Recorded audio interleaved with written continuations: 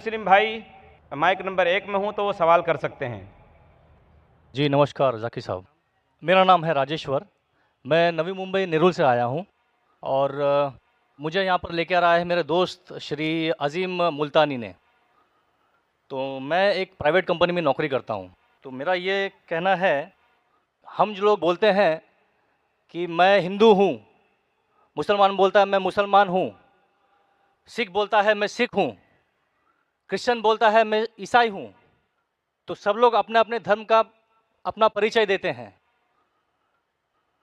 तो मेरा सवाल ये है कि इस धर्म को बनाया किसने है, और अगर बनाया है तो किस मकसद से बनाया है।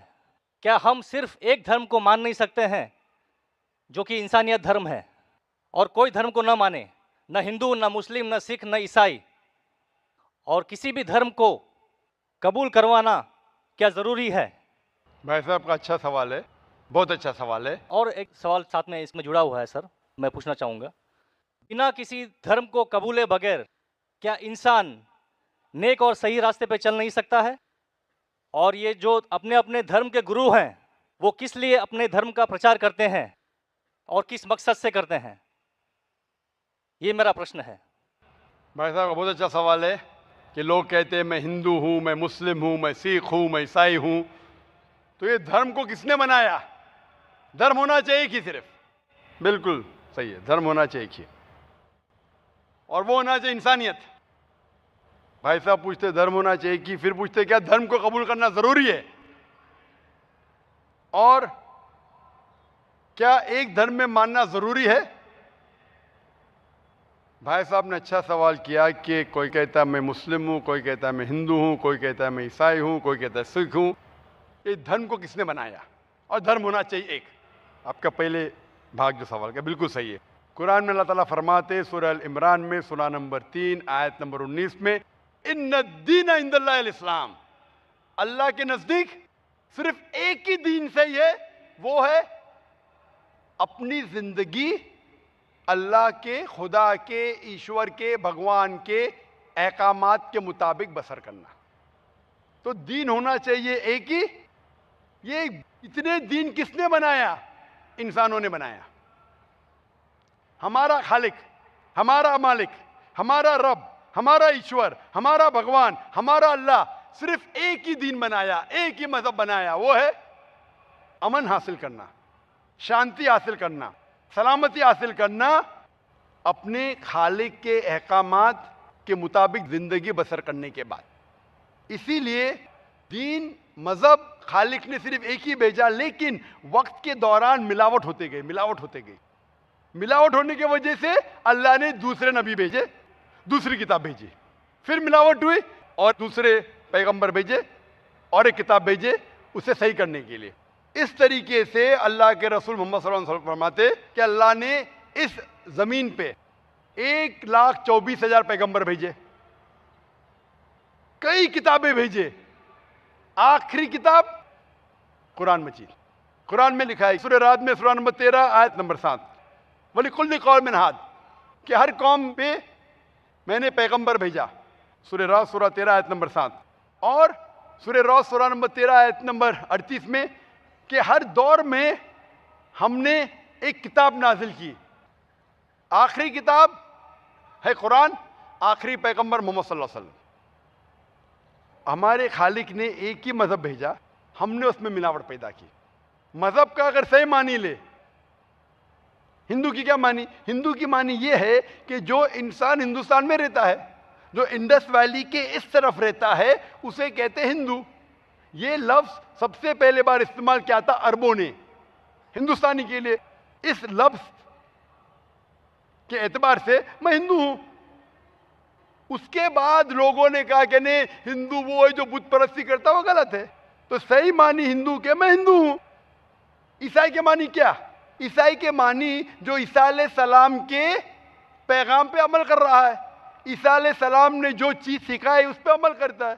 मैं कहता हूं कि मैं जो अपने आप को ईसाई कहते हैं उससे ज्यादा ईसाई हूं, क्योंकि मैं ईसा अलैहिस्सलाम के बातों पे और अमल करता हूं बनिस्बत वो लोग जो अपने आप को ईसाई कहते हैं। तो उस लिहाज से मैं और पक्का ईसाई हूं। जू का मतलब क्या? जू का मतलब वो जो खुदा से, अल्लाह से मोहब्बत करता है। मैं अल्लाह से मोहब्बत करता हूं। मुस्लिम के मानी क्या? मुस्लिम के मानी वो इंसान जो अमन सलामती हासिल करता है अपनी जिंदगी को अल्लाह के अहकामात के मुताबिक बसर करने के बाद, मैं मुस्लिम हूं। आप समझ रहे? ये मिलावट बाद में आई, जो ईसा अलैहिस्सलाम ने सीखा उसमें मिलावट आई। तो धर्म सिर्फ एक होना चाहिए। आपका दूसरा भाग, हम क्यों ना सिर्फ इंसानियत पे अमल करें? भाई साहब, आप अच्छे मुसलमान बनने के लिए सबसे पहले आपको अच्छा इंसान बनने पड़ेगा। अच्छा इंसान बनना मतलब, एक मिसाल दे रहा हूं जो मैंने कल दिया था। अच्छा इंसान बनना मतलब स्कूल पास करना। अच्छा मुसलमान बनना मतलब पीएचडी। तो पीएचडी करने के लिए पहले 10वीं तो पास करने पड़ेगा। 10वीं पास करने के बाद ही पीएचडी कर सकते। आप बोले 10वीं के बाद मैं खुश हूं, नहीं, मैं पीएचडी के बाद खुश हूं। तो अच्छा मुसलमान बनने के लिए अच्छा इंसान बनना जरूरी है। जैसा मैंने शुरू में कहा, आप एक मुझे इस्लाम की तालीम बताओ जो इंसानियत के खिलाफ है, एक भी नहीं। तो इस्लाम मजहब ही इंसानियत का है, लेकिन इंसानियत के अलावा और चीज आपको सिखा रही है। क्या कह रही है? शराब मत पियो। अब इंसानियत में शराब पी सकते क्या? नहीं, इंसानियत की किताब में आप शराब पी सकते।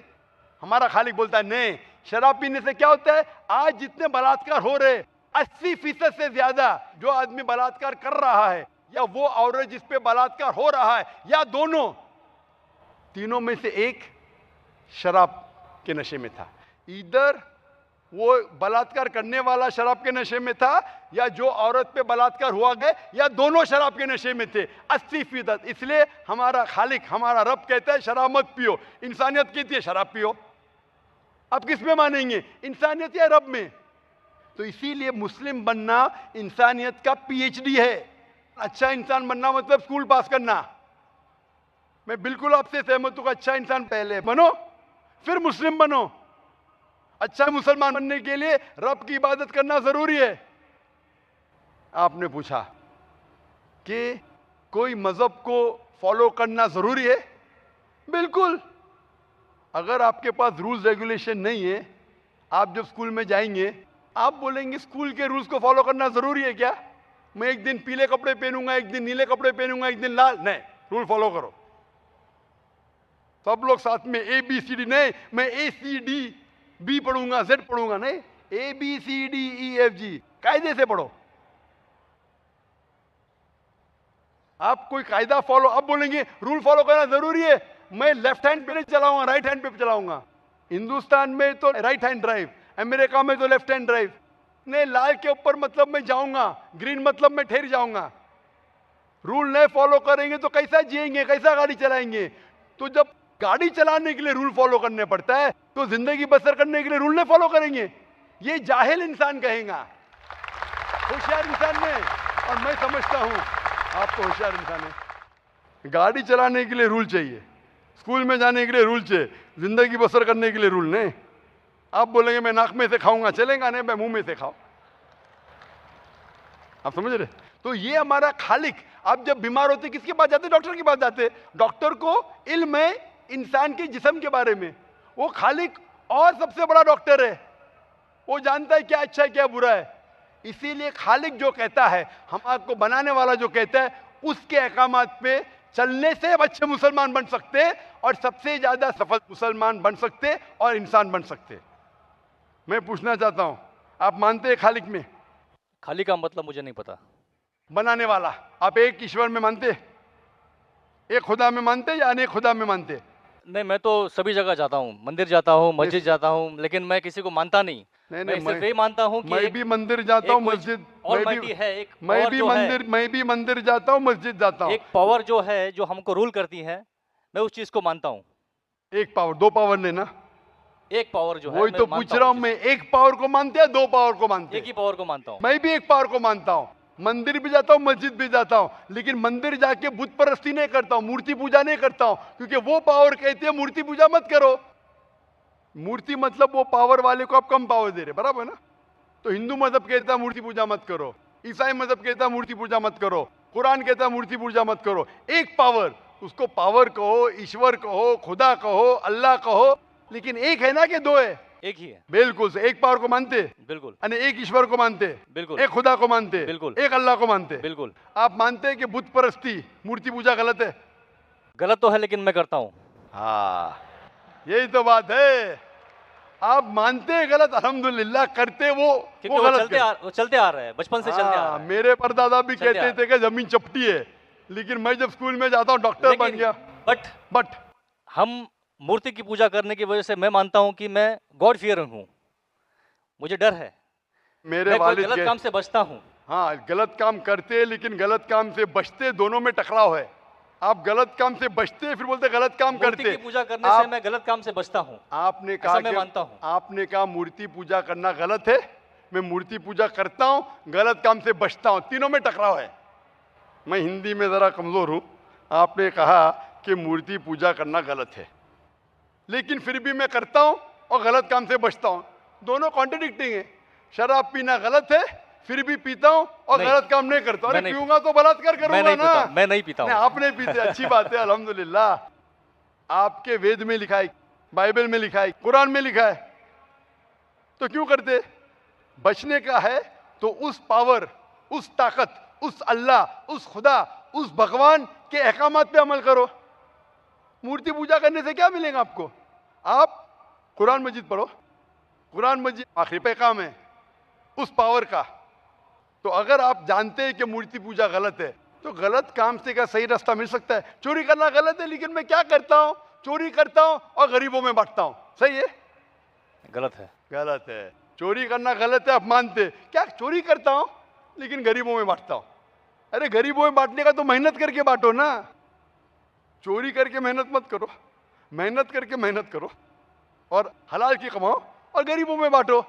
उसी तरीके से जो आप जानते हैं मूर्ति की पूजा गलत है, फिर क्यों करते? क्योंकि आपके परदादा करते आए हैं।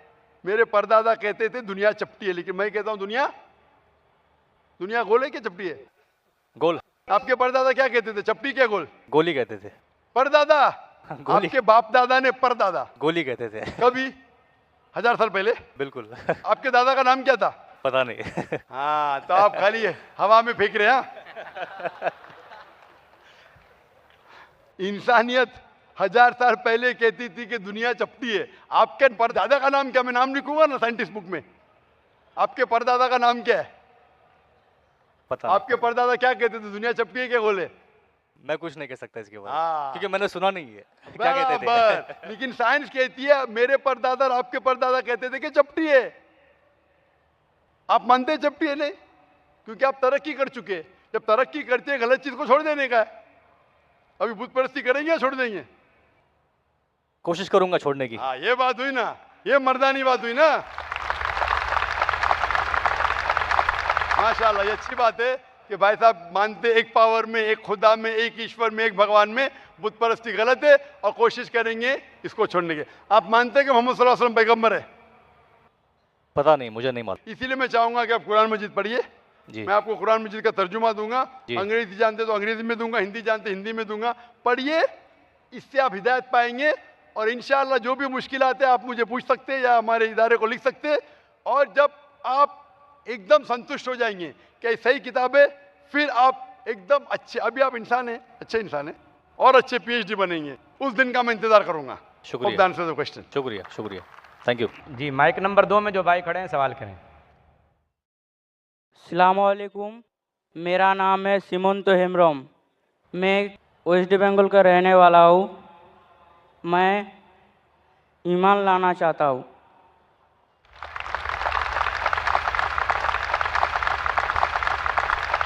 आप मानते हैं कि खुदा एक है? हाँ। आप मानते हैं कि बुत परस्ती मूर्ति पूजा गलत है? गलत है। आप मानते हैं कि मोहम्मद सल्लल्लाहु अलैहि वसल्लम आखिरी पैगंबर है? हाँ। आपको कोई भी जबरदस्ती करे इस्लाम कबूल करने के लिए? नहीं। कोई भी दबाव? नहीं। कोई भी माली दबाव? नहीं। कोई भी आपको रिश्वत दे रहा है? नहीं। नहीं ना?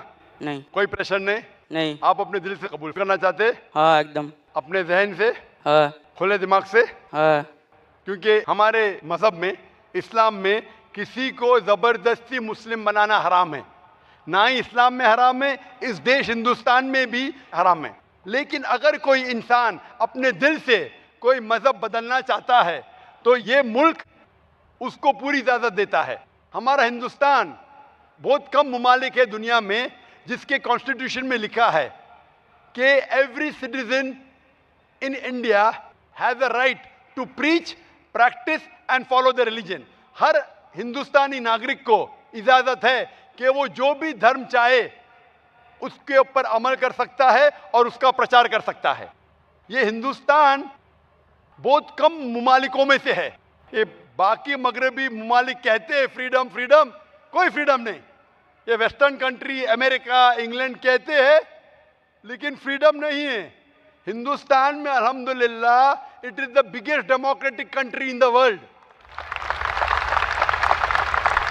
और हम खुश हैं कि इस देश में ट्रू फ्रीडम ऑफ स्पीच है। ये अमेरिका, इंग्लैंड कहती फ्रीडम ऑफ एक्सप्रेशन, अभी मेरे पीछे पड़ गई है। अमेरिका भी पीछे पड़ गई है मेरे, इंग्लैंड भी पीछे पड़ गई है। फ्रीडम ऑफ स्पीच उनको हजम नहीं होता है। उनके स्टैटिस्टिक्स कोट कर रहा हूं मैं, एफबीआई के स्टैटिस्टिक्स कोट कर रहा हूं, एफबीआई को पसंद नहीं आ रहा है। डर है क्या कल मुझ पर कोई लेबल लगा दे, ताकतवर है ना, कोई भी लेबल ताकतवर लगाता है वो लेबल चिपक जाता है। मैंने कहा ना मेरे तकरीर में। लेकिन फानूस की तरह हिफाजत जिसकी हवा करे, फानूस की तरह हिफाजत जिसकी हवा करे, वो शमा क्या बुझे जिसे रोशन खुदा करे। इंशाअल्लाह भाई मैं अरबी में कहूंगा कलमे को और आप उसको दोहरा सकते हैं। अशहदु अशहदु अल्लाह अल्लाह इलाहा इलाहा इल्लल्लाह इल्लल्लाह व अशहदु व अशहदु अन्ना अन्ना मुहम्मदन मुहम्मदन अब्दुहु अब्दु व रसूलुहु।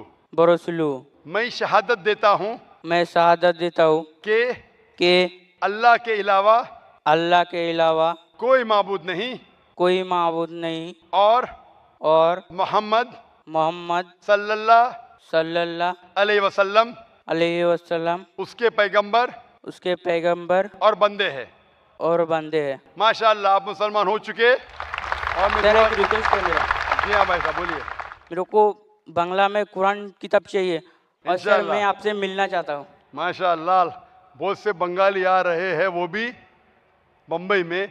लगता है बंगाली चैनल शुरू करने के बाद बंगाली लोगों को भी अल्लाह ताला हिदायत दे रहा है। इंशाअल्लाह भाई साहब आ सकते स्टेज के ऊपर, मैं आपको बंगाली कुरान का तर्जुमा दूंगा।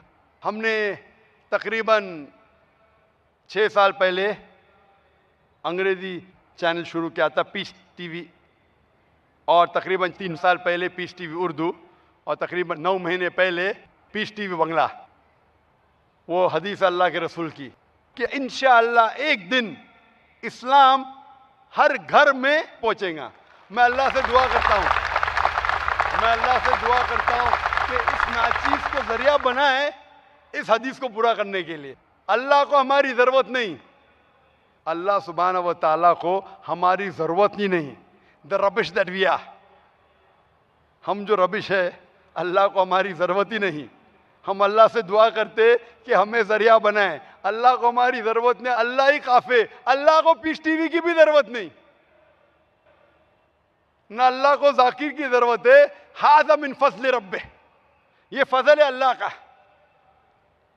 और हम जो इतने गुनाहगार हैं फिर भी हम अल्लाह से दुआ करते कि हमारी जो थोड़ी बहुत जिहाद है, जिहाद, लोग के कान खड़े हो जाते, तो जिहाद कर रहे, जिद्दोजहद कर रहे अल्लाह के राह में, वो उसे कबूल फरमाए। इंशाअल्लाह भाई साहब आ सकते स्टेज के ऊपर, मैं आपको बंगाली कुरान मजीद का तर्जुमा दूंगा और अल्लाह से दुआ करूंगा कि आपकी मुश्किलात को हल करे और इंशाअल्लाह इस दुनिया और आखिरत में आपको सफलता दे इंशाअल्लाह। जी माइक नंबर 3 में कोई भाई गैर मुस्लिम भाई सवाल करना चाहें कर सकते हैं। नमस्कार, सलाम अलैकुम डॉक्टर जाकिर। मेरा सवाल है, क्या मैं मोहम्मद साहब नहीं हूँ? क्या आप मोहम्मद साहब नहीं हैं? या ये जितने लोग हैं यहाँ पर वो मोहम्मद साहब नहीं है या भगवान नहीं है? इसका अगला पार्ट ये है, अगर मैं उसी भगवान, उसी अल्लाह, उसी जीसस क्राइस्ट का थोड़ा अपमान करूं, उसी के रास्ते पर को पाने के लिए, तो क्या मैं गलत करूंगा? भाई साहब का 2 सवाल है। क्या आप मोहम्मद सल्लल्लाहु अलैहि वसल्लम हैं? क्या यहाँ लोग मोहम्मद सल्लल्लाहु अलैहि वसल्लम हैं? मोहम्मद सल्लल्लाहु अलैहि वसल्लम अल्लाह सुब्हानहू व तआला के भेजे हुए आखिरी पैगंबर है और इंसानों में सबसे बेहतरीन मिसाल है। हम उनके जरा भी करीब नहीं है, ना यहाँ कोई उनके करीब है। वो एक मिसाल है इंसानियत के लिए कि किस तरीके से अच्छा और सच्चा मुसलमान बनना चाहिए। हम कोशिश करते हैं कि उनके दिखाए हुए रास्ते पे चले। मोहम्मद सल्लल्लाहु अलैहि वसल्लम अल्लाह के आखिरी पैगंबर थे और सबसे अजीम पैगंबर है। आपका दूसरा सवाल कि अगर मैं उनका अपमान करूंगा तो क्या गलत है क्या सही है? नहीं, उन्हीं के रास्ते को पाने के लिए। उन्हीं इसका के एग्जाम्पल देता हूँ मैं। जैसे मैं कोई आर्टिकल लिखता हूँ जिसमें थोड़ा कंट्रोवर्सी होती है भगवान के ऊपर या अल्लाह के ऊपर, और उससे मैं जो पैसा कमाता हूँ वो उसी के रास्तों, उसी के बंदों के लिए लगाता हूँ, तो क्या गलत होगा ये? भाई साहब ने कहा कि अगर मैं मोहम्मद सल्लल्लाहु अलैहि वसल्लम का अपमान करता हूँ, इस्लाम के खिलाफ आर्टिकल लिखता हूँ, जो मैं पैसे पूरे कमा। भगवान के लिए कहना चाहता हूँ। भाई साहब आपने सवाल किया, जवाब देने देंगे क्या? नहीं, हाँ दीजिए, सॉरी। आप सवाल के बीच में कर रहे, आप मेरा जवाब सुन रहे ही नहीं। मैं डॉक्टर हूं, एक इंसान सवाल पूछते हुए जवाब सुन ही नहीं सकता। आप इंसान है ना, आप लोग के ध्यान में तो बोलते जाते, जवाब खत्म होगा क्या बोला समझा ही नहीं। सारे लोग समझ जाएंगे, आप समझेंगे नहीं। सवाल खत्म हो गया तो आपको चुपचाप रह के जवाब सुनना चाहिए। सही, जवाब सुनना चाहेंगे आप? हाँ बिल्कुल। माशाल्लाह। भाई साहब का सवाल है कि मैं अगर मोहम्मद सल्लल्लाहु अलैहि वसल्लम के खिलाफ, इस्लाम के खिलाफ लिखता हूँ, जो पैसा कमाता हूँ फिर इस्लाम के काम में लगाता हूँ, सही है?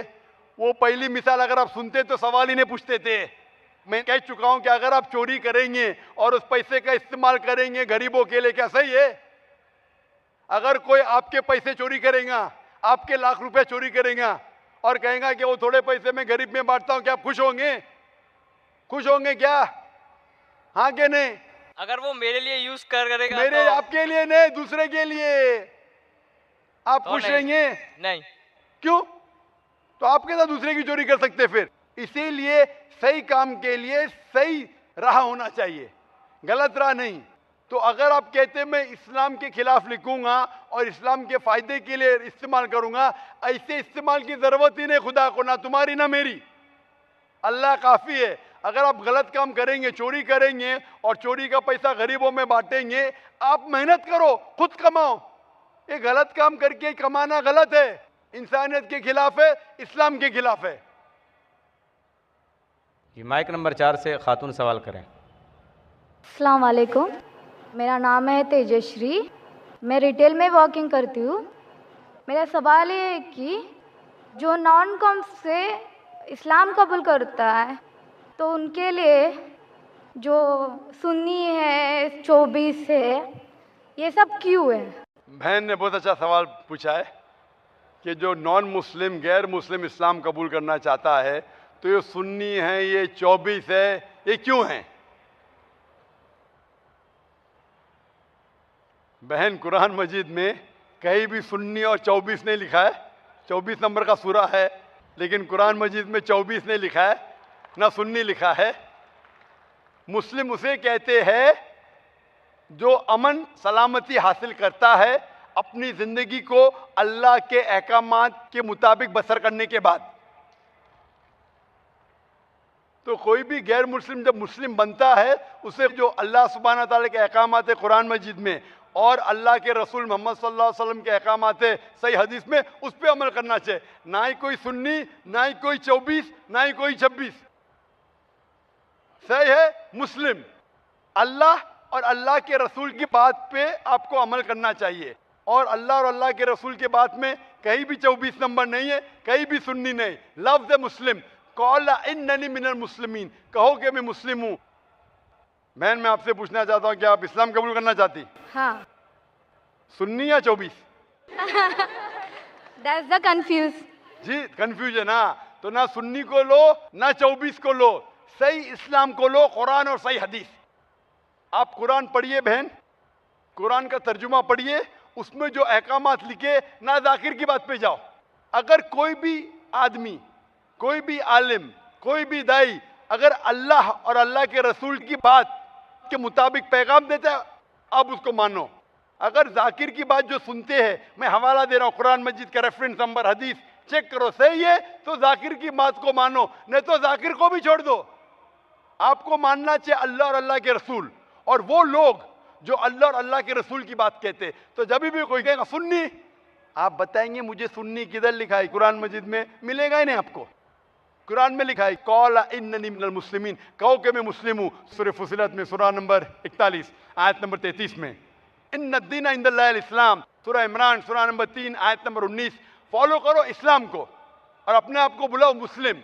इसके अलावा इधर उधर मत भटको, कुरान के ऊपर अमल करो, उसका तर्जुमा पढ़ो और सही हदीस के ऊपर अमल करो अल्लाह के रसूल की। मैं पूछना चाहता हूँ, आप मानते हैं खुदा में? हाँ। आप मानते हैं कि अल्लाह एक है? हाँ। आप मानते हैं कि बुत परस्ती गलत है? हाँ। आप मानते हैं मूर्ति पूजा गलत है? हाँ। आप मानते हैं कि मोहम्मद सल्लल्लाहु अलैहि वसल्लम आखिरी पैगंबर है? हाँ। आपको कोई भी जबरदस्ती कर रहा है इस्लाम कबूल करने के लिए? नहीं। कोई भी प्रेशर डाल रहा है? नहीं। कोई भी रिश्वत दे रहा है? नहीं। आप अपने दिल से कबूल करना चाहते हैं? हाँ। अपने पूरे होशो आवाज के साथ? हाँ। मैं अरबी में कहूंगा, आप उसको दोहरा सकते हैं। अशहदु अशहदु अल्लाह अल्लाह इलाहा इलाहा इल्लल्लाह इल्लल्लाह व अशहदु वशहदु अन्ना अन्ना मोहम्मदन मोहम्मदन अब्दुहु अब्बहु व रसूलुहु। वसरुल। मैं शहादत देती हूँ मैं शहादत देती हूँ कि अल्लाह के अलावा अल्लाह के अलावा कोई माबूद नहीं कोई माबूद नहीं और मोहम्मद और मोहम्मद सल्लल्लाहु सल्लल्लाहु अलैहि वसल्लम अलैहि वसल्लम उसके पैगंबर उसके पैगंबर और बंदे हैं। और बंदे हैं। माशाल्लाह मुसलमान हो चुकी है और मैं दुआ करता हूँ कि अल्लाह ताला आपको जन्नत नसीब फरमाए। और मैं आपसे दरख्वास्त करता हूँ कि आप भी मेरे दुआ कीजिए। और यहाँ बैठे सभी लोगों को से मैं दरख्वास्त करना चाहती हूँ कि सब मेरे लिए दुआ करिए और मेरे फैमिली के लिए भी दुआ करिए। इंशाअल्लाह यहाँ लाखों लोग मौजूद हैं और करोड़ों लोग आपको पीस टीवी पे देख रहे हैं। मैं उनसे दरख्वास्त करता हूँ कि इस बहन के लिए दुआ करे कि उसकी मुश्किलात हल हो जाए और उसकी फैमिली के लिए भी है कि अल्लाह ताला उसको और उसकी फैमिली को हिदायत दे। आमीन सुम्मा आमीन। माइक नंबर 5 से पहले मैं उस भाई से गुजारिश करूंगा जिन्होंने इस्लाम कबूल किया, वो आएँ डॉक्टर साहब के हाथ से कुरान का तर्जुमा लें।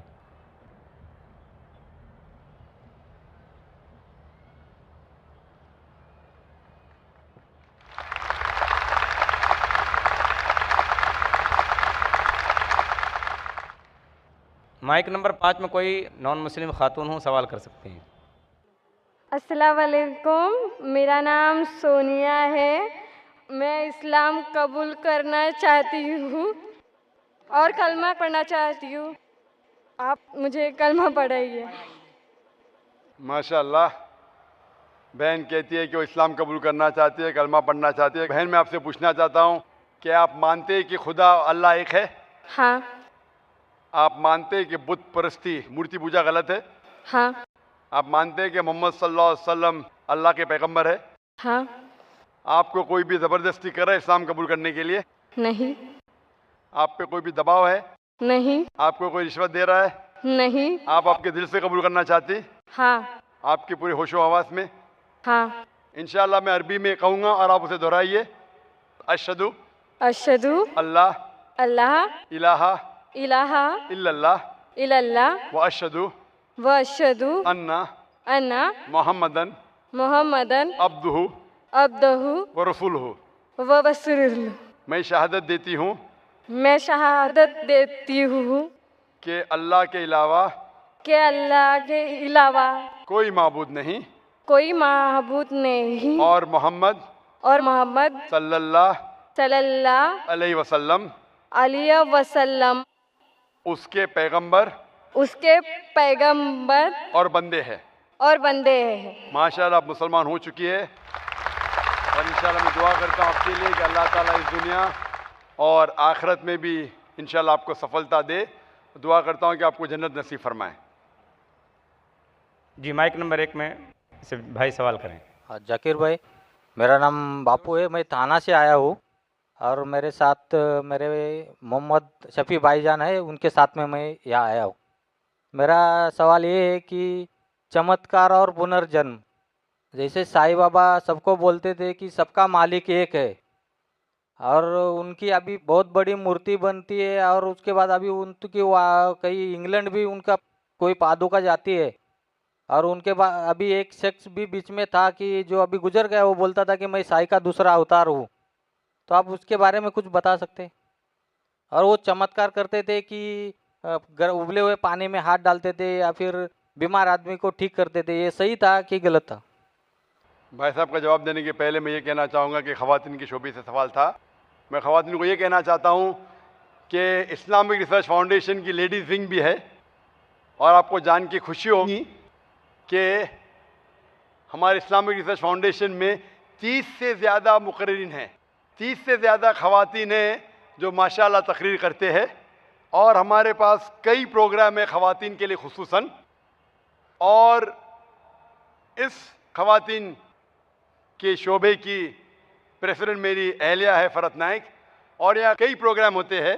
और मैं चाहता हूँ कि इतनी ख़वातीन बड़ी तादाद में हैं माशाअल्लाह, पूरा दरिया हैं। मैं कहना चाहता हूँ कि इस्लामिक रिसर्च फाउंडेशन में कई प्रोग्राम होते हैं। मिसाल के तौर पे इस्लामिक ट्रेनिंग होती है, इस्लामिक रिसर्च फाउंडेशन में मैरिज प्रिपरेटरी कोर्सेज होते हैं, इस्लामिक रिसर्च फाउंडेशन में फ़हमुल कुरान होता है 30 दिन का, और यहाँ कई प्रोग्राम होते हैं। आप लेडीज़ विंग के स्टॉल पे जा सकती है, और हर हफ्ते 2 बार तकरीर होती है, सैटरडे शनिचर को और मंडे पीर को। हफ्ते में 2 बार होता है तकरीबन 3:30 बजे। और जो प्रोग्राम्स होते हैं, Fahmul Quran, marriage preparatory course, Islamic training program, उसकी डेट मुकर्रर की जाती है।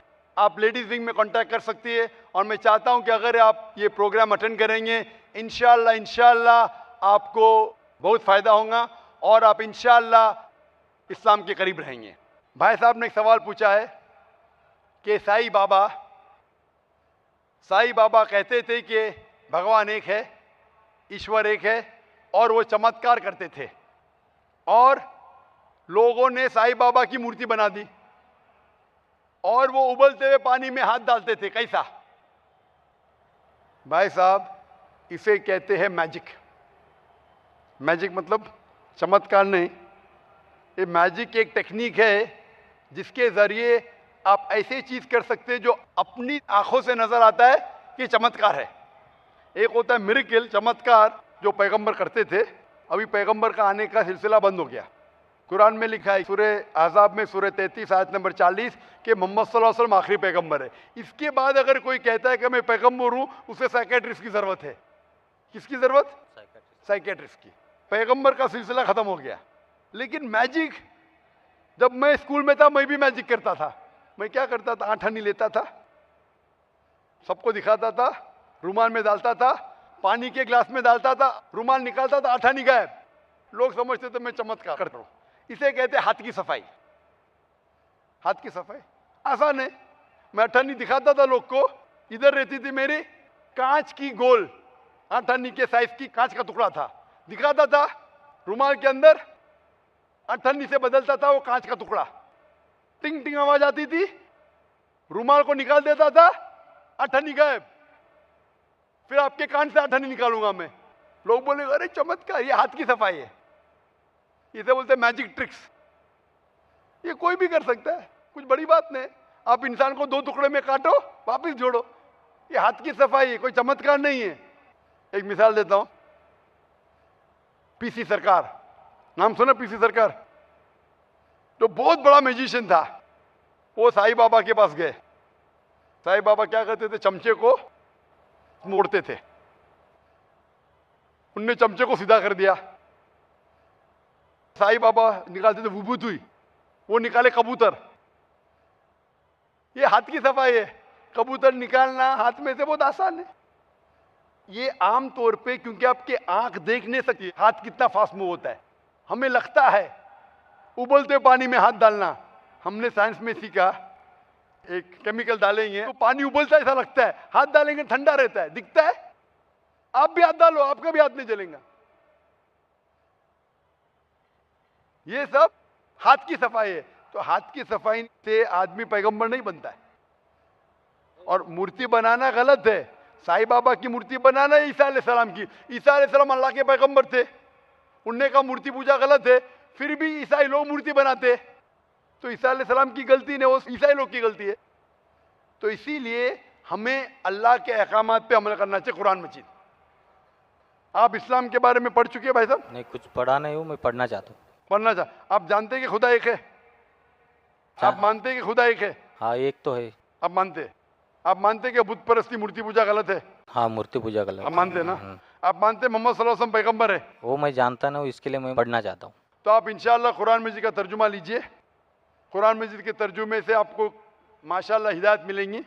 आप जो ज़बान में जानते, हिंदी में जानते तो हिंदी में लीजिए, अंग्रेज़ी जानते अंग्रेज़ी में लीजिए। इसे पढ़िए, इस पे अमल करें, इंशाअल्लाह आपको हिदायत मिलेंगी और आपको सही रास्ता मिलेगा। जी, माइक नंबर 2 में जो भाई खड़े हैं सवाल कीजिए। नमस्कार सर, मेरा नाम आशीष है, मैं नेरुल से आया हूँ, मैं बीपीओ एग्जीक्यूटिव हूँ। मेरा आपसे एक सवाल है, इस्लाम में हर गुनाह माफ़ है, लेकिन शिर्क की माफ़ी क्यों नहीं है? अगर इंसान कत्ल करता है उसे माफ़ी है, जिना करता है उसे माफ़ी है, लेकिन शिर्क की माफ़ी क्यों नहीं है? भाई साहब का सवाल है कि इस्लाम में सारे गुनाह की माफ़ी है, शिर्क की नहीं। कत्ल करता है माफ़ी है, जिना करता है माफ़ी है, शिर्क की माफ़ी क्यों नहीं? आप कुरान मजीद के बारे में जिक्र कर रहे जो सूरह निसा में है, सूरह नंबर 4 आयत नंबर 48 और आयत नंबर 116। इन दो आयतों में सूरह निसा सूरह नंबर 4 में लिखा है कि अगर अल्लाह चाहे तो कोई भी गुनाह को माफ़ कर सकता है, लेकिन शिर्क को कभी नहीं माफ़ करेगा, क्योंकि जो शिर्क किया है वो बहुत भटक चुका है। तो इसमें यह नहीं लिखा है कि अब जिना करेंगे तो माफ़ करेगा ही, कर सकता है अगर आप तौबा करेंगे तो। अगर आप तौबा करते कि मैंने जिना किया हूँ, मैंने कत्ल किया हूँ, मुझे माफ़ कर दे और इंशाअल्लाह मैं आइंदा नहीं करूँगा, तो अल्लाह माफ़ करेगा। उसी तरीके से शिर्क भी, अगर आप शिर्क करते हैं और अल्लाह से माफ़ी मांगते हैं कि मैं अगली बार शिर्क नहीं करूँगा, तो अल्लाह शिर्क को भी माफ़ कर सकता है। लेकिन शिर्क के हालत में मरेंगे तो माफ़ी नहीं है। आप मुशरिक जैसा मरेंगे, शिर्क करते हुए मरेंगे तो माफ़ी नहीं। अगर आपने शिर्क किया, लाइक आज आप देख रहे हैं, कल भी परसों भी कितने गैर मुस्लिम बुत परस्ती करते थे, शिर्क करते थे, मूर्ति पूजा करते थे, अभी मुस्लिम बन गए, अल्लाह ताला बेशक माफ़ करेगा। और जिस दिन आप इस्लाम कबूल किए, आपके पिछले गुनाह सारे माफ़, आपका स्लेट क्लीन। मैं माशाल्लाह अभी 46 साल का हूँ, अच्छे काम करता हूँ, इंसान हूँ, गलतियाँ भी करता हूँ। आप अगर इस्लाम कबूल करें, आपका स्लेट क्लीन। मेरे तो स्लेट में तो काफ़ी चीज़ ऊपर नीचे है। अगर आप इस्लाम कबूल करें तो अल्लाह के रसूल फरमाते आपके सारे गुनाह माफ, स्लेट इज क्लीन। तो आप एक साफ सुथरे मुसलमान बनते, इसके बाद हिसाब किताब शुरू होगा। तो अगर आप मूर्ति पूजा करते थे, नहीं करेंगे तो क्यों माफी नहीं? सबसे बड़ा गुनाह है, क्योंकि अगर आप जिना करते गलत है, आप रेप करते गलत है, लेकिन आप उस इंसान को चोट पहुंचा रहे। आप अगर कत्ल करते गलत करते, लेकिन अगर मूर्ति पूजा करते तो उस खालिक के नाफरमान हैं, उस खालिक को गाली देने से फर्क नहीं पड़ता है। लेकिन अगर आप उस खालिक को गाली देंगे तो उसके अहकामात पे कैसे अमल करेंगे? आप उसके बताए रास्ते पे भी नहीं चलेंगे, आपका नुकसान होगा। तो आपके नुकसान को रोकने के लिए खुदा कहता है कि मूर्ति पूजा मत करो, कि मूर्ति पूजा करेंगे तो आप उसके जो अहकामात पे अमल नहीं करेंगे, आपको नुकसान होगा, उसके साथ साथ और भी गुनाह करेंगे। इसीलिए मूर्ति पूजा करने वाला सबसे ज्यादा बहका हुआ इंसान है। लेकिन अगर आप गलती के लिए माफी मांगते हैं और कहेंगे कि अगली बार नहीं करेंगे, तो अल्लाह ताला आपको माफ करेगा। मैं पूछना चाहता हूं, आप मूर्ति पूजा में मानते हैं भाई साहब? जी मानते हैं। क्यों, आपको लगता नहीं गलत है? आप क्या हिंदू है? जी। आपके मजहबी किताब में लिखा है, छंदोग्य उपनिषद में चैप्टर नंबर 6 अध्याय नंबर 2 श्लोक नंबर 1, एकम अद्वितीयम, खुदा एक है, उसके अलावा कोई नहीं है। लिखा है श्वेता उपनिषद में अध्याय नंबर 6 मंत्र नंबर 9, नाचस्य कस्य जनिता न चदीपा, उस ईश्वर, उस भगवान का कोई रब नहीं, उसके कोई वालदेन नहीं। लिखा है श्वेता उपनिषद में चैप्टर नंबर 4 मंत्र नंबर 19 में, न तस्य प्रतिमा अस्ति, उस ईश्वर, उस भगवान की कोई प्रतिमा नहीं, कोई अक्ष नहीं, कोई पिक्चर नहीं, कोई पेंटिंग नहीं, कोई फोटोग्राफ नहीं, कोई मूर्ति नहीं, कोई बुत नहीं। लिखा है यजुर्वेद में चैप्टर नंबर 32 वर्ष नंबर 3 में, मंत्र नंबर 3 में, न तस्य प्रतिमा अस्ति, उस ईश्वर, उस भगवान की कोई प्रतिमा नहीं, कोई अक्ष नहीं, कोई पिक्चर नहीं, कोई पेंटिंग नहीं, कोई फोटोग्राफ नहीं, कोई बुत नहीं, कोई मूर्ति नहीं। तो साफ तौर पे कई जगह आप हिंदू की मजहबी किताब में लिखा है कि मूर्ति पूजा गलत है, तो क्यों आप मूर्ति पूजा करते? भाई साहब जी, इस बारे में मुझे सही तालीम नहीं है, मुझे थोड़ा वक्त चाहिए। मैं इतने हवाले दे रहा हूँ कि आपको लगता है कि मैं फेंकते जा रहा हूँ, हवाले के हवाले दे रहा हूँ, आप नोट कीजिए जी। आप लाइब्रेरी में जाइए, आपको वेद नहीं मिलता है तो हमारी लाइब्रेरी में जाओ, इस्लामिक रिसर्च फाउंडेशन। हमारे इस्लामिक रिसर्च फाउंडेशन में आपको वेद का तर्जुमा मिलेगा, महाभारत का तर्जुमा मिलेगा, भगवत गीता के कम से कम 30 तर्जुमे मिलेंगे, बाइबल मिलेगा, बाइबल का तर्जुमा मिलेगा, कुरान का तर्जुमा मिलेगा, हदीस का तर्जुमा मिलेगा। मैं नहीं जानता हूँ कहीं भी हिंदुस्तान में इतने मजहबी किताब का तर्जुमा मौजूद है। इस्लामिक रिसर्च फाउंडेशन में फ्री लाइब्रेरी, एयर कंडीशन में बैठो, फ्री पढ़ो, इंशाअल्लाह आपको चाय पानी भी दूंगा मैं। चाय पानी रिश्वत नहीं है, तो क्या आप ठंडे दिमाग से, कभी ठंडा दूंगा कभी चाय पानी, तो आप अच्छे दिमाग से रिसर्च कीजिए। हमारे पास कंप्यूटर सॉफ्टवेयर है, आप क्या जानना चाहते हैं वेद के ऊपर बटन दबाओ, मिलेगा आपको। किधर लिखा है मूर्ति पूजा हराम है, बटन दबाओ कंप्यूटर में निकलेगा बाहर। वेद के कंप्यूटर सॉफ्टवेयर है, बाइबल के कंप्यूटर सॉफ्टवेयर है, कुरान के कंप्यूटर सॉफ्टवेयर है, हदीस के। तो मैं आपसे दरखास्त करता हूं कि आप रिसर्च कीजिए कि खुदा एक है, रिसर्च कीजिए कि मूर्ति पूजा गलत है, रिसर्च कीजिए कि आखिरी पैगंबर मोहम्मद सल्लल्लाहु अलैहि वसल्लम है। और मैं दुआ करता हूं कि आपको हक जल्दी मिलेंगे ताकि आप इस दुनिया और आखिरत में सफलता पाए। शुक्रिया जी। माइक नंबर 3 में जो भाई वो सवाल करें। मेरा नाम सुदीप चौधरी है। मैं ये सवाल करना चाहता हूँ कि जो पंडित लोग हाथ की रेखा और राशि इसी देख के जो भविष्य बताते हैं वो सही है या झूठ? क्या उनको ऐसा करना चाहिए या नहीं? भाई साहब का सवाल है कि जो पंडित लोग हाथ की रेखा देखते हैं और कुछ कहते हैं, जो ज्योतिष होते हैं, वो सही है क्या गलत है? ये जो है ना, ये सब ढोंग है, अक्सर बकवास है। क्यों? ये साइकोलॉजी के साथ खेलते हैं। मिसाल के तौर पे आप जाएंगे, पूछेंगे, वो पंडित कहेंगे या मशीन कहेंगी कि आपके साथ 10 रोज में कुछ गलत होने वाला है। 100 अच्छा भी होगा तो एक गलत तो होगा ना। फिर दूसरे मशीन पे जाएंगे तो वहाँ लिखा है कि 10 दिन में आपके साथ कोई अच्छा काम होने वाला है।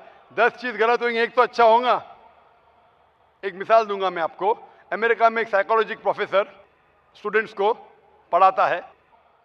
एक हफ्ते बाद कहता है कि मैं आपके बारे में लिखूंगा चिट्ठी पे, हर स्टूडेंट के बारे में, उसके बैकग्राउंड के बारे में लिखूंगा, लेकिन आप चिट्ठी को बंद रखो। एक साथ चिट्ठी खोलो और नंबर दो कितने फीसद में सही था। तो सब बच्चे, 100 बच्चे थे, अपनी चिट्ठी खोलते, उसमें से आता है कि more than 95% of the student said that the teacher was more than 90% correct. 95% जो थे तालिब इल्म, उन्होंने कहा कि 90% से ज्यादा जो प्रोफेसर ने लिखा है वो सही लिखा है। इसका सीक्रेट है कि प्रोफेसर ने सब 100 बच्चे लोग के लिए वही चीज लिखा। ये आम बात है, कुछ गलत होने वाला है, कुछ अच्छा होने वाला है, कुछ बुरा होने वाला है। ये रेखा देखना, इसीलिए कुरान मजीद में लिखा है सूरह माइदा में सूरह नंबर 5 आयत नंबर 90 में, या लज़ीना आमनू इन्नमल खम्रु वल मैसरू वल अंजाब वल अस्लामु, dedication of stones, divination of arrows, बुत परस्ती और फांसे फेंकना रिश्त में मिली शैतान, ये शैतान के हटकंडे है। रिश्त में न मिली शैतान फज्तनिबुल्लकुम तफ्लिहून, और आप इससे बचो ताकि आप फला पा सको। तो ये फांसे फेंकना, ज्योतिषगिरी, ये हराम है, शैतान के हथकंडे, आप इससे बचो। मैं आपसे पूछना चाहता हूं कि आप मानते हैं कि खुदा एक है? जी। आप मानते हैं कि बुत परस्ती, मूर्ति पूजा गलत है? हाँ, गलत है। आप मानते हैं कि मोहम्मद सल्लल्लाहु अलैहि वसल्लम उसके पैगंबर है, अल्लाह के? नहीं, मैं ये जानने के लिए कुरान का हिंदी तर्जुमा चाहता हूँ। इंशाअल्लाह आप जो भी ज़बान पे आपको महारत है, हिंदी ज़बान पे तो हिंदी तर्जुमा लीजिए, मराठी ज़बान तो मराठी में लीजिए, आप यहाँ सकते तर्जुमा ले सकते। और मैं दरख्वास्त करूँगा आपसे कि तर्जुमा पढ़िए, इंशाअल्लाह इस तर्जुमे के बाद हिदायत पाएंगे और इंशाअल्लाह आपको सही राह दिखेगा इंशाअल्लाह। जी। माइक नंबर 4 से खातून सवाल करें। सलाम अलैकुम डॉक्टर साहब। मैं हिंदू की थी, और मेरे पति मुस्लिम के हैं, तो मैं मेरे बच्चों के साथ ये कलमा पढ़ना चाहती हूँ मुस्लिम का। बहन ने कहा कि वो हिंदू है और उसके शोहर मुस्लिम हैं, वो मुस्लिम बनना चाहती है। बहन मैं आपसे पूछना चाहता हूँ कितने साल पहले आपकी शादी हुई? 10-12 साल हो गए। 12 साल। तो 12 साल तक क्या आप अपना मजहब हिंदू मजहब? नहीं, मुस्लिम में रहे सर मैं। जी, और ऐसा पीस टीवी तुम्हारा देखो कितने बार तो मैं ऐसा कबूल कर ले सही, फिर भी आमने सामने करना चाहती हूँ। कितने साल से पीस टीवी देख रहे? अभी 4-5 साल हुआ। तो 4-5 साल से आप पीस टीवी देख रहे हैं और पीस टीवी देख के पीस टीवी की तालीमात पे अमल करते? हाँ माशाल्लाह। अभी आप सबके सामने कलमा कहना चाहती हूँ? आप सबके सामने कलमा कहना चाहते हैं? हाँ। आप मानते हैं कि खुदा एक है? हाँ। आप मानते हैं अल्लाह एक है? बेशक। आप मानते हैं कि अल्लाह एक है? हाँ। आप मानते हैं कि बुत परस्ती मूर्ति पूजा गलत है? हाँ। आप मानते हैं कि मोहम्मद सल्लल्लाहु अलैहि वसल्लम अल्लाह के पैगंबर है? हाँ। आपको कोई भी जबरदस्ती करे इस्लाम कबूल करने के लिए? नहीं। क्या आपको दबाव है आपके शोहर की तरफ से? नहीं सर। कोई भी रिश्वत दे रहा है आपको इस्लाम कबूल करने के लिए? नहीं सर। तो आप खुले जहन के साथ इस्लाम कबूल करना चाहती? हाँ। इंशाअल्लाह मैं अरबी में कहूँगा और आप उसे दोहराइए। अशहदु अल्लाह इलाहा इल्लल्लाह व अशहदु अन्ना मोहम्मदन अब्दुहु व रसूलुहु। मैं गवाही देती हूँ कि अल्लाह के अलावा कोई माबूद नहीं और मोहम्मद सल्लल्लाहु अलैहि वसल्लम उसके आखिरी पैगंबर और बंदे हैं। माशाल्लाह आप मुसलमान बन चुकी है और मैं अल्लाह से दुआ करता हूँ आपको इंशाल्लाह हिदायत दे, आपको इस दुनिया और आखिरत में सफलता दे। और सर मेरे पति को मैं शुक्रिया करना चाहती हूँ, उनके तरफ से मैं इतने बड़े इस्लाम में आई इंशाल्लाह। और मुझे नसीब दाखिल हुआ कि मुस्लिम में मैं नमाज पढ़ूँ, ये इतनी अच्छा ही देख सकूँ। इंशाल्लाह मैं दुआ करता हूँ आपके शोहर के लिए भी, और मैं दुआ करता हूँ कि आप दोनों कुरान मजीद का तर्जुमा पढ़िए और हिदायत पाइए और इंशाल्लाह आप दोनों को इस दुनिया और आखिरत में सफलता मिलेंगी इंशाल्लाह। और सर ये पीस टीवी में हमेशा देखती हूँ और कब से देख रही हूँ, जब से बहुत हमारे घर में बदलाव आए से, तो मैं चाहती हूँ कि हमारे सोलापुर से हूँ मैं, तो सोलापुर में ये अपना मुस्लिम का पैगाम फैलने के वास्ते साल में एक बार भी शो होना चाहिए। बहन की दरख्वास्त है कि ऐसा शो शोलापुर में भी हो। मेरी चाहत है कि दुनिया के हर शहर में ऐसा शो हो। जो हमसे हो सकता है थोड़ा बहुत हम अल्लाह की राह में कर रहे हैं। अभी आपका फर्ज है, आप इस शो को देखो और ऐसा शो आपके वहाँ करो। हर मुसलमान का फर्ज है कि वो अल्लाह का पैगाम गैरों तक पहुँचाए। यहाँ माशाअल्लाह लाखों का मजमा है, पूरी दरिया है माशाअल्लाह इंसानों का। इसमें तकरीबन 20 से 25% गैर मुसलमान हैं। अब मुसलमान का फ़र्ज़ है कि आपको पैगाम मिल चुका है अल्लाह की तरफ से, आप गैरों तक पैगाम पहुंचाओ। जो भी आपके हैसियत में हैं, जो भी आपके हैसियत में मुमकिन है वो कीजिए। इंशाअल्लाह अल्लाह ताला आपकी मदद करेगा और इंशाअल्लाह अगर हर मुसलमान ये पैगाम गैरों तक पहुंचाए तो हर शहर में ऐसा पीस कॉन्फ्रेंस होगा और दुनिया में सिर्फ अमन और सलामती रहेंगी। माइक नंबर 5 से खातून सवाल कर सकती हैं। Hello sir, Palak Loyalka from Harvard. I'm a student. I just wanted to say something about the person who said, first asked you the question about idol worship.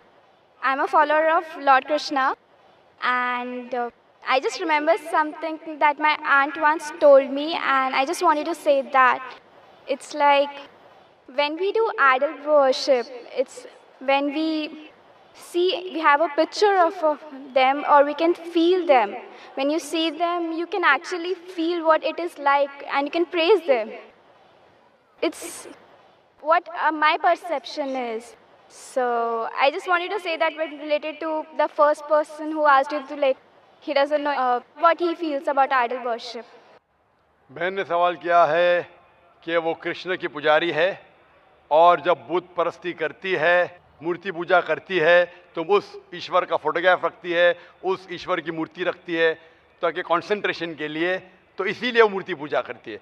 बहन, आपकी हिंदू धार्मिक किताब में लिखा है कि मूर्ति पूजा गलत है, और मैं कई बार कह चुका हूं, फिर से दोहराता हूं कि लिखा है श्वेताश्वेतर उपनिषद में चैप्टर नंबर 4 मंत्र नंबर 19 और यजुर्वेद में अध्याय नंबर 32 मंत्र नंबर 3 में, न तस्य प्रतिमा अस्ति, उस ईश्वर, उस भगवान की कोई प्रतिमा नहीं, कोई फोटोग्राफ नहीं, कोई पिक्चर नहीं, कोई पेंटिंग नहीं, कोई बुत नहीं, कोई मूर्ति नहीं। आपकी मजहबी किताब में साफ तौर पे लिखा है मूर्ति पूजा गलत है, फिर भी हिंदू धर्म के अधिकारी पंडित मुझसे कहते, मैं जब कहता हूं आपके मजहबी किताब में साफ लिखा है गलत है, क्यों करते आप मूर्ति पूजा, तो वो कहते हैं कि मूर्ति पूजा करते हैं, मानते हैं गलत है, लेकिन मूर्ति पूजा करते कंसंट्रेशन के लिए। जब हम हायर लेवल ऑफ कॉन्शियसनेस पहुंच जाएंगे तो मूर्ति पूजा की जरूरत नहीं। पहले पहले शुरुआत में कंसंट्रेशन के लिए मूर्ति जरूरत है, हायर लेवल पे, हायर कॉन्शियसनेस पे मूर्ति की जरूरत नहीं। तो मैं उनसे कहता हूं, उन पंडितों से और आपसे भी, हम मुसलमान हायर कॉन्शियसनेस पहुंच गए, हमें मूर्ति की जरूरत नहीं। मैं इनसे पूछता हूं कि शुरुआत में कहते हैं कि स्टार्टिंग में जरूरत है, बाद में नहीं।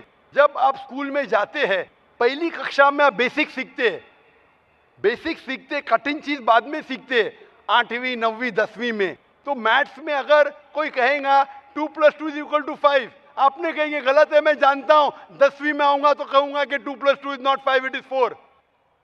आप बचपन में ही कहेंगे भाई 2 + 2 4 इज द फाउंडेशन। अगर हर मजहब का फाउंडेशन है कि भगवान की मूर्ति नहीं है, फोटोग्राफ नहीं है, बुत नहीं है, फाउंडेशन ही जब पहले गलत सिखा रहे तो आगे जाके कैसी इमारत बनेगी। तो इसीलिए इन पंडितों से जब मेरी बहस होती है, गुफ्तगू होती है, वो जवाब ही नहीं दे सकते। वो बोलते मानता हूं कि हमारी मजहबी किताब में गलत है, लेकिन फिर भी इनिशियली कंसंट्रेशन के लिए। तो मैं कहता हूं कि हम मुसलमान इनिशियली भी हमें जरूरत नहीं मूर्ति की ना बुत की, हमें हमेशा हक बात कहना चाहिए। और ये साफ तौर पे लिखा है सारी मजहबी किताबों में, चाहे हिंदू मजहब की किताब हो, ईसाई मजहब की, यहूदी मजहब की, इस्लाम मजहब की, मूर्ति पूजा गलत है और हराम है, और हमें इससे दूर रहना चाहिए। हमें खुदा के कलाम पे, खुदा के अहकामात पे अमल करना चाहिए, ये दीन के ठेकेदारों के नहीं। अगर आपको लगता है कि जाकिर गलत है, जाकिर को भी छोड़ो, जाकिर इस्लाम में 0 है। अगर जाकिर वो बात कर रहा है जो खुदा से मिलती है, जो आखिरी पैगंबर से मिलती है, इसीलिए मैं हवाला देता हूं, chapter number verse number, chapter number verse number. इतने हवाले थोड़ी फेंक रहा हूं मैं, आप चेक करो और जाके तहकीक करो, संतुष्ट हो जाएंगे तो अमल करो। तो मैंने इतने हवाले दिया हूं बहन, आप मानते हैं कि बुत परस्ती गलत है अभी? Sir, I completely agree with what you said. माशाल्लाह, आप अग्री करते हैं लेकिन अमल नहीं करते। There's another point of it. So, honestly, I am not such a religion follower. I just believe that I have a God, and even today, I haven't read many of the books of religion. I've just read Bhagavad Gita, and when Bhagavad Gita does it say that you have to do idol worship? Sister, I don't want you to be very religious. At least be little religious. And the basics of religion is that idol worship is haram. Idol worship is forbidden. I am asking you where, which chapter, which verse of Bhagavad Gita tells you that you have to do idol worship? Which verse? so I would like to say the reason I believe in idol worship. It is when I have a problem, a very big problem, all I do is I close my eyes, visualize and feel my Lord, that is Lord Krishna whom I worship. And it just makes me feel so much better. I get so much strength that I know I'm ready to face anything that comes. Oh, I will give you the reply. Sister, if you read Bhagavad Gita, chapter number 7, verse number 20, it says that those whose desire has been stolen by material things, they do idol worship. Verse number 21 says that if you worship the false god, God will fulfill your wish, you will go to the kingdom of the false god. So Bhagavad Gita says that if you worship false god, he will fulfill your requirements, but you will go to the kingdom of the false god. Same thing is mentioned in the Quran. Allah gives you, even if you worship wrong things, Allah fulfills your desires and you go more into the depths of darkness.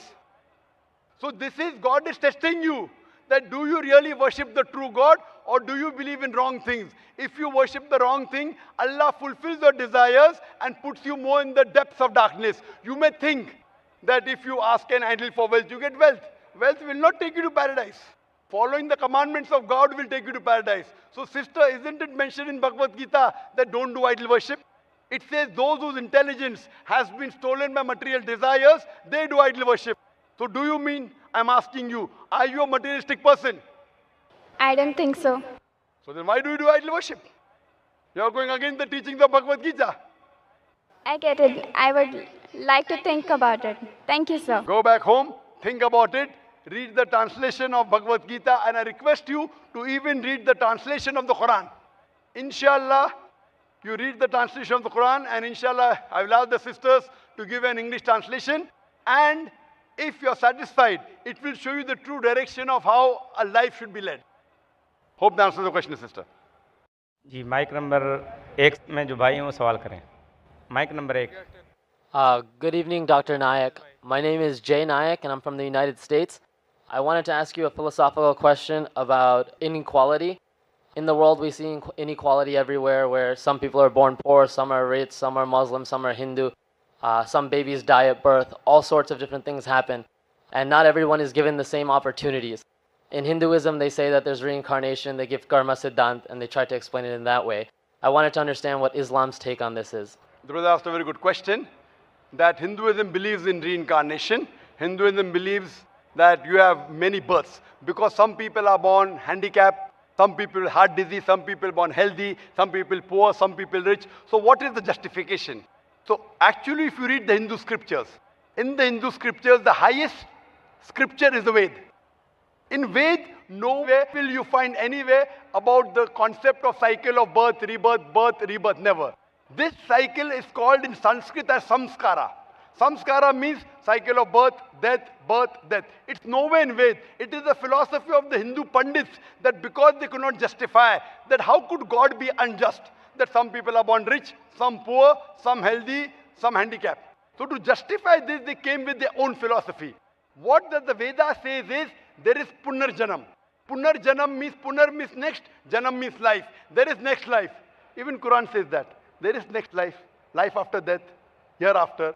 So Ved matches with the philosophy of the Quran. This samskara philosophy is brought down by the Hindu Pandits because they could not justify how come some human beings are born handicapped, some healthy, some poor, some rich. The justification is there in the Quran. The Quran says your children, your wealth are a test for you. It's a fitna. Fitna means it's a test. God is testing different human beings with different tests. When you appear for an examination, the question paper keeps on changing. If the same question paper is there, then where is the test? Quran says in Surah Mulk, chapter number 67, verse number 2, Alladhi khalaqal mawta wal hayata. It is Allah who has created death and life to test, who is testing which is good indeed. So wealth and your children are a test. Example, suppose there is a very pious family. The mother and father always pray to God. They are good human beings. Now, a handicap is born in the family. Now, God is testing them more that do they yet believe in God or not. Some people with weak faith will start saying, what is this God? I am so good, yet in my family is born a handicapped child. The person who's really believing in God, he says, Alhamdulillah, praise be to God. Now, when you appear for an examination, if you appear for a BA degree, the test is easy. If you appear for MBBS medical degree, it is more difficult. But more difficult the examination, more higher is the reward. If you appear for MBBS, the moment you pass, you get a doctor before your name, correct? So more difficult the test, more higher is the reward. So Allah may be testing the parents. They have already passed the low test. After they pass the low test, Allah wants to give them a more difficult test. In their house is born a handicapped child. Now Allah wants to test them, yet do they believe in Allah or not? If they pass, they get Jannat-e-Firdaus, a higher level of paradise. Nowhere does the Quran say the handicapped child will go to hell. Every child is born masoom, innocent. Allah gives you wealth. God gives you wealth to test how do you spend the wealth. If you are poor, you have to give no zakat. The poor man gets 100 out of 100 in zakat. The rich man, he may give zakat, may not give. He may give part zakat. He may get 0, he may get 10 out of 100, he may get 50, he may get 100. Poor man in zakat gets 100 out of 100. We say poor man, garib. Poor man has already got 100 out of 100 in zakat. So God Almighty tests different people in different way. Some with wealth, some with health, some with difficulty. So this is a test for the hereafter. So this is the philosophy of Islam, not birth, death, birth, death. Veda says that, Quran says that you're born here again, Allah will cause you to die, Allah will resurrect you on the day of judgment. Then there will be hisab kitab, there will be whether you have done good deeds or bad deeds. If your good deeds are more, then inshallah you will go to paradise. Hope that answers the question. Dr. Nayak, I still have a few questions. The about time the is same very point. less. Is it possible we can give someone else a chance? The time is less, we have to end the question answer session. Chaturvedi है और मैं बॉम्बे में 2 साल से as a advocate practice कर रहा हूँ। Doctor साहब, सबसे पहले मैं आपको प्रणाम करना चाहता हूँ कि आप इस्लाम को इतने प्रैक्टिकल तरीके से और प्रॉपर तरीके से इस्लाम जो आवाम है उसमें उसकी अवेयरनेस फैला रहे हैं। इसके लिए सबसे पहले मैं आपको प्रणाम करना चाहूँगा तहे दिल से। सवाल मेरा ये है कि मैं एज इंडिविजुअल मैं सोचता हूँ कि जब से मैं पैदा हुआ हूँ और मैं ब्राह्मण कुल में पैदा हुआ, हिंदू में पैदा हुआ हूँ और मैं नॉन वेज खाता हूँ, मेरे पिताजी के द्वारा मतलब बाय बर्थ चला आ रहा है, but my soul is not always accepting this act of like जो गोश्त खाना है। जैसे आपने अभी अपने नॉर्मल सवालों में भी बताया कि गोश्त खाना कितना ठीक है कितना नहीं ठीक है, लेकिन my soul is not accepting कि ये गलत है। हम अपने बच्चों को जरा चोट लगती है तो हम उनके लिए क्या क्या नहीं करते हैं, कितना दर्द होता है, कितना पश्चाताप करते हैं, लेकिन हिंदुओं में भी कुर्बानी होती है। हाँ, और उनमें ऐसा क्यों नहीं होता? हम ऐसे जस्टिफाई क्यों नहीं कर पाते हैं? भाई साहब कहना चाहते हैं कि उन्हें तकरीर सुनी है और मैं तकरीर से मुतासिर हुए कि मैं इस्लाम को प्रैक्टिकल वे में समझाता हूँ और सही तरीके से। भाई साहब का सवाल है कि वो नॉनवेज खाते हैं लेकिन दिल संतुष्ट नहीं है। नॉनवेज दिल संतुष्ट नहीं तो मत खाओ, खाना फर्ज नहीं है। मैं उसको छोड़ना चाहता हूँ, मैं छोड़ दूंगा भी, ऐसा है। मेरा जवाब सुनिए भाई साहब, आपने सवाल तो पूछ लिया है ना? हाँ हाँ, जवाब तो सुनिए। हाँ बिल्कुल। पूरा हुआ क्या जवाब? अभी शुरू हुआ है। नहीं। इस्लाम में गोश्त खाना फर्ज नहीं है। आप अच्छे मुस्लिम बन सकते 100% शाकाहारी बनने के बाद भी, फर्ज नहीं है इस्लाम में।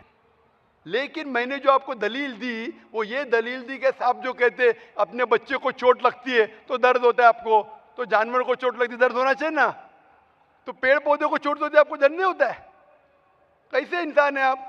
वही तो मेरा सवाल है कि उसमें हम जस्टिफाई क्यों नहीं करते हैं। हमारा ये है कि इसीलिए मैं कहता हूं, लेकिन पेड़ पौधों की चीख आपको सुनाई नहीं देती। आपने मेरा जवाब सुना कि नहीं? मैं जो जवाब दिया, 8वीं गलतफहमी गोश्त के बारे में मैं साफ तौर से कहा कि पेड़ भी चीखते हैं, उसकी चीख सुनाई नहीं देती। मैं पूछना चाहता हूं, आपका बच्चा गूंगा है, आप उसको चुबोते, हाथ काटते उसका, वो रोता है, सुनाई नहीं देता, तो खुश है क्या आप? मैं खुश नहीं हूं, इसीलिए तो मेरा समाधान मैं आपसे बोलता हूं मैं तो आप भाजी पाला क्यों खाएंगे? फिर भाजी पाला भी मत खाओ, आप जिएंगे कैसा? आप जब सांस लेते जिरासिम जाते, आपके जिस्म में जिरासिम जर्म्स जाते, जर्म्स की भी जिंदगी होती है, लाइफ होती है। आप उनका कत्ल क्यों कर रहे? आप खड़े अभी हर मिनट आप सांस ले रहे, हजारों जर्म्स का कत्ल कर रहे, क्यों कर रहे? कैसे इंसान है आप? जवाब दो। आप कातिल है। ठीक है, जो नहीं दिखता है उसमें तो ठीक है क्या? ठीक नहीं है, नहीं दिखता है का मतलब अपने ट्रेडिशन को जैसा हम लोग पैदा होते हैं, जो चीज फॉलो करा दी जाती है या उसको थोप दिया जाता है, उसी को हम फॉलो करते चले जाते हैं। मेरे बाप दादा कहते थे दुनिया चपटी है, क्या मैं मानूं? नहीं, मैं मान नहीं रहा हूँ, इसीलिए तो मैं आपसे समाधान चाहता हूँ। इसीलिए मैं कहता हूँ कि साइंस अभी तरक्की कर चुकी है। साइंस कहती है कि पेड़ पौधों में भी जान है, जानवर में भी जान है।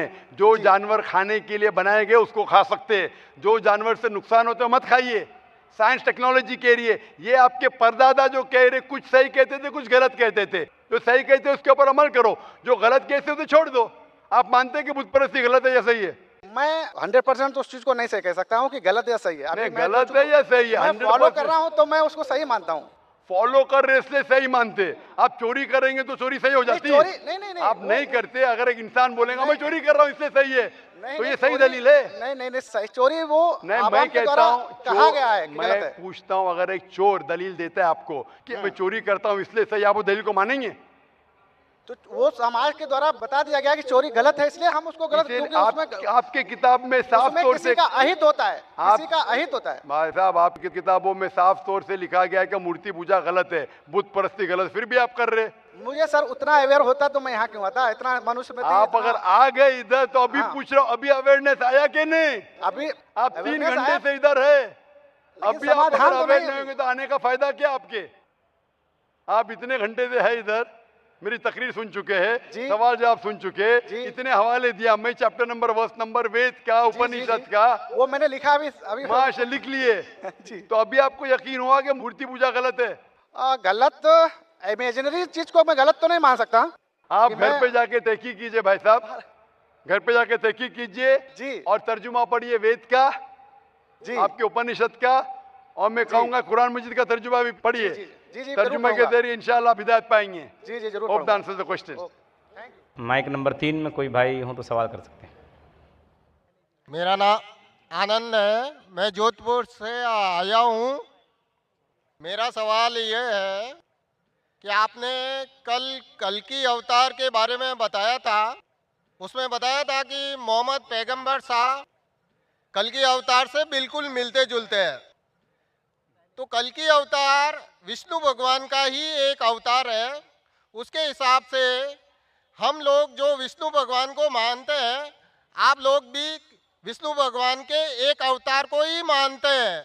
उस हिसाब से आप सभी भगवान विष्णु को ही अल्लाह मानते हैं। जो आप खुदा कहते हैं वो भगवान विष्णु ही हैं। माशाल्लाह, बहुत अच्छा सवाल है भाई का। उसने कहा जब आप कहते हैं कल की अवतार मोहम्मद सल्लल्लाहु अलैहि वसल्लम हैं और अवतार विष्णु की दूसरी शक्ल है, तो आप विष्णु में मानते हैं। भाई साहब, मेरी पूरी तकरीर है मोहम्मद सल्लल्लाहु अलैहि वसल्लम का जिक्र हिंदू मजहबी किताबों में, पूरी तकरीर में आप सुनेंगे। उसमें मैंने साफ तौर से अवतार के मानी क्या है, अवतार जो कहते हैं भगवान की मूर्ति, ये आम हिंदू कहते हैं। अवतार संस्कृत वर्ड है जो आता है अव और त्र से। अव टू डिसेंड, त्र मतलब डाउन, नीचे आना। उसका मतलब है कि खुदा ने पैगंबर भेजा है। अवतार का सही तर्जुमा है पैगंबर। ये मतलब नहीं कि भगवान की मूर्ति या भगवान की शक्ल। अवतार की सही मानी संस्कृत में है पैगंबर। तो हम कहते हैं वो अल्लाह का पैगंबर है, और अल्लाह का आखिरी पैगंबर कल की अवतार जो जिक्र है आपकी किताबों में, कल की पुराना में, वो मोहम्मद सल्लल्लाहु अलैहि वसल्लम में, यानी मोहम्मद सल्लल्लाहु अलैहि वसल्लम आखिरी पैगंबर है। तो फर्क ये है कि अवतार की मानी आप जानते नहीं हैं। मैं पूछना चाहता हूं, आप मानते हैं मोहम्मद सल्लल्लाहु अलैहि वसल्लम आखिरी पैगंबर है? और भी पैगंबर आ सकते हैं? आ सकते ने, बहुत से आ चुके, 1,24,000, और मोहम्मद सल्लल्लाहु अलैहि वसल्लम आखिरी पैगंबर है। इसके बाद कोई पैगंबर नहीं आएगा। आपके किताब में लिखा है कल की अवतार आखिरी पैगंबर है, हमारी किताब में लिखा है सूरह अहज़ाब में सूरह नंबर 33 आयत नंबर 40 में क्या मोहम्मद सल्लल्लाहु अलैहि वसल्लम आखिरी पैगंबर है। इसके बाद कोई पैगंबर नहीं आएगा। उसके पहले बहुत आ चुके हैं। आप मानते हैं मोहम्मद सल्लल्लाहु अलैहि वसल्लम आखिरी पैगंबर है? हाँ। आप मानते हैं कि खुदा एक है, भगवान एक है? आप मानते हैं कि बुत परस्ती गलत है, मूर्ति पूजा गलत है? आप मानते? मूर्ति पूजा गलत है, लेकिन आप अगर अरब कंट्रीज में जाके देखोगे ना, तो वहाँ पे जितनी अरब कंट्री को छोड़ो भाई साहब, मैं हिंदुस्तान में हूँ, मैं बम्बई में, आप बॉम्बे में, टाइम बहुत कम है। मैं आपसे पूछना चाहता हूँ, आप मानते हैं क्या मूर्ति पूजा में? अरब कंट्री को छोड़ो, हम बम्बई शहर में, आप मूर्ति पूजा को मानते हैं? जितने भी मुसलमान हैं, अगर उनके किसी के घर में जाके देखो ना, उनके अगर फादर चल गए हैं तो वो उनकी फोटो लगाते हैं, तो वो फोटो भी एक मूर्ति पूजा ही हो गई ना। भाई साहब ने कहा अगर कोई मर जाते उनके फादर की पेंटिंग लगाएंगे, उसकी पूजा करेंगे, वो भी गलत है। हमारे घर में नहीं है। मैं तो सैकड़ों मुसलमान के घर में गया, मैं फोटो नहीं देखा हूँ। अगर जो मुसलमान के घर में आपने देखे और वो फोटो की पूजा करता है, वो भी गलत है। आप वैसे मुसलमान मत बनो। मैं आपसे पूछना चाहता हूँ, आप मानते हैं कि मूर्ति पूजा गलत है? मैं तो सही मानता हूँ। हाँ, तो आप अभी अपनी किताब पढ़ो, मैं किताब का हवाला दे चुका हूँ। श्वेता उपनिषद चैप्टर नंबर 4 श्लोका नंबर 19 और Yajurveda chapter number 32 shloka number 3, नात्यस्य प्रतिमा अस्ति, उस ईश्वर, उस भगवान की कोई प्रतिमा नहीं, कोई अक्ष नहीं, कोई फोटोग्राफ नहीं, कोई पेंटिंग नहीं, कोई मूर्ति नहीं, कोई बुत नहीं। तो आप अपनी धार्मिक किताब को पढ़ो तर्जुमे के साथ, इंशाअल्लाह सही रास्ते पे आएंगे। मेरी दरख्वास्त है कि आप कुरान मजीद पढ़ो, कुरान मजीद का तर्जुमा पढ़ो, और इंशाअल्लाह हिदायत पाएंगे। वक्त की किल्लत होने की वजह से हमें सवाल जवाब का सेशन ख़त्म करना होगा, लेकिन सवाल जवाब सेशन ख़त्म करने के पहले अगर कोई नॉन मुस्लिम, गैर मुस्लिम, ख़वातीन के शोबे में से या मर्द के शोबे में से इस्लाम कबूल करना चाहता है तो वो आगे आ सकता है। यह आखिरी मौका है। माइक नंबर 1 पे कोई भी गैर मुस्लिम इस्लाम कबूल करना चाहता है? कोई भी गैर मुस्लिम इस्लाम कबूल करना चाहता है? भाई साहब आपका नाम क्या है? राजू। राजू। भाई साहब आपका नाम क्या है? अमूल। अमूल। आप मानते खुदा एक है?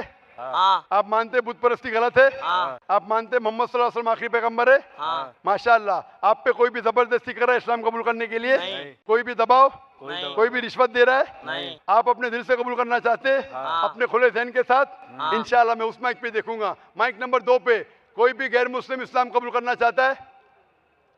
नहीं। माइक नंबर 3 पे। अस्सलाम वालेकुम। वालेकुम सलाम। आपका नाम क्या है भाई साहब? मेरा नाम शिवाजी है। शिवाजी, आप इस्लाम कबूल करना चाहते हैं? हाँ चाहता हूँ। मैं कर्नाटक से आया हूँ। आप मानते हैं कि खुदा एक है? हाँ मानता हूँ। आप मानते हैं कि मूर्ति पूजा गलत है? हाँ बिल्कुल गलत आप है। मानते हैं मोहम्मद सल्लल्लाहु अलैहि वसल्लम आखिरी पैगंबर है? हाँ। आप पे कोई भी जबरदस्ती कर रहा है इस्लाम कबूल करने के लिए? नहीं, कोई नहीं, कोई नहीं। कोई भी दबाव? कुछ भी नहीं। कोई भी माशी दबाव? नहीं नहीं। कोई भी रिश्वत दे रहा है? नहीं नहीं, आप कोई खुले नहीं। दिल से करना चाहते हैं? पूरे दिल से करना चाहता हूँ। अपने खुले दिमाग के साथ? हाँ। इंशाल्लाह मैं भी करवाऊंगा। मैं आपसे एक सवाल करना चाहता हूँ। भाई साहब सवाल आप बाद में कर सकते हैं, वक्त की किल्लत है, हमें खत्म करना चाहिए प्रोग्राम। आप इंशाल्लाह स्पीकर लॉन्च में आ सकते हैं, मैं आपके सवाल का जवाब दूंगा। माइक नंबर 4 पे खवातीन के शोबे से कोई भी खवातीन गैर मुस्लिम इस्लाम कबूल करना चाहती है? हेलो। ये आपका नाम क्या है बहन? मेरा नाम मनीषा है। आप मानते हैं कि खुदा एक है? जी, मैं बताना चाहती हूँ कि मैंने दिल से इस्लाम एक्सेप्ट किया है और मैं 2 साल से मतलब ईमान ला चुकी हूँ माशाल्लाह। और मैं पिछले साल भी पूरे रोजे रखी हूँ और इस साल भी रखी हूँ माशाल्लाह। और मेरे फ्रेंड सर्कल से मुझे इस्लाम की पूरी जानकारी मिली है और मैं जब वक्त मिले तो नमाजें भी पढ़ती हूँ माशाल्लाह।